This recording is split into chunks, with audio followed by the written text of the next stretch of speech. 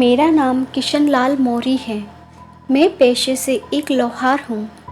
मीरा नगर में गांधी चौक में मेरी छोटी सी दुकान है। मेरे घर में मेरी बीवी हेमा और मेरा बेटा योगेश है। वैसे तो दुकान का कामकाज ठीक ठाक चल रहा था, पर मेरे काम में तेजी मंदी भी चलती रहती थी। घर के खर्चे बड़ी मुश्किल से निकल रहे थे। एक दिन एक ग्राहक आया और उसने मेरी दुकान पर आकर एक लोहे की जाली बनवाने का ऑर्डर दिया। मुझे पक्का याद है कि उसने एडवांस में 500 रुपये दिए थे, पर जब वह तैयार हो चुकी जाली लेने आया तो यह जिद करने लगा कि उसने 1000 एडवांस दिए थे। इसी बात पर मेरी और उसकी हाथापाई हो गई और मैंने गुस्से में उसके सिर पर लोहे का पाइप मार दिया। इस कांड की वजह से मुझे 1 साल की जेल हो गई। वैसे तो मैं आज जेल से रिहा हो चुका हूँ, पर जेल की कड़वी यादें आज भी मुझे बहुत डराती है। जेल के अंदर मुझे सी बैरक में रखा था। मेरा कैदी नंबर 13 था। एक रात जब मैं सोया हुआ था तो मैंने किसी औरत के हंसने की आवाज़ सुनी। मैं चौंक गया। जब मैंने लॉबी में देखा तो दूर अंधेरे में कोई औरत खड़ी थी। मुझे यकीन नहीं हुआ कि मर्दों की जेल में एक औरत कैसे घुस आई होगी। मैंने अपने पास सोए सोमेश को जगाया और बोला कि यहाँ पर कोई औरत घूम रही है। सोमेश बोला कि तेरा दिमाग हट गया है क्या?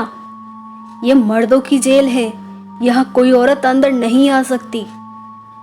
इतना बोलकर वह फिर से सो गया। मैंने फिर से सलियों के बाहर झांका तो पता चला कि वह औरत अब भी वहीं लॉबी में खड़ी थी। मुझसे रहा नहीं गया तो मैंने उसकी ओर पानी का खाली गिलास फेंका। मेरी इस हरकत से उसने मेरी ओर देखा और अंधेरे से उजाले में आने लगी। वह एक सजी धजी जवान औरत थी। वह हमारे सेल के पास आकर रुक गई। मैं डर के मारे थोड़ा पीछे हट गया। तभी अचानक उसने हमारे सेल के ताले पर नजर डाली। पलक झपकते ही ताला खोलकर नीचे गिर गया और दरवाज़ा भी खुल गया। यह सब देखकर मेरे तो रोंगटे खड़े हो गए।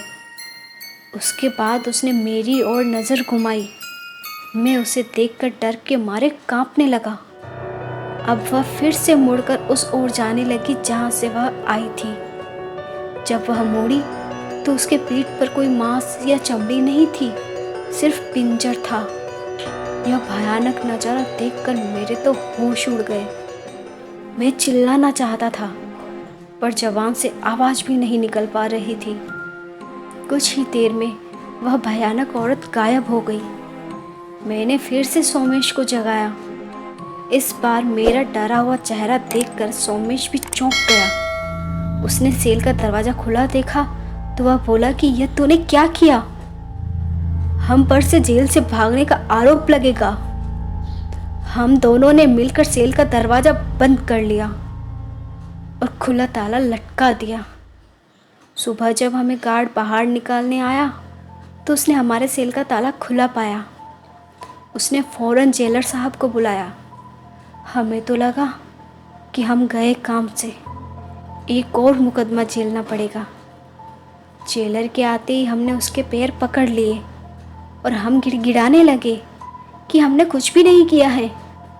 कुछ देर बाद जेलर बोला, शांत हो जाओ। मुझे पता है कि ताला तुम दोनों ने नहीं तोड़ा है। मुझे पता है कि हमारे जेल में एक खतरनाक चुड़ैल घूमती है।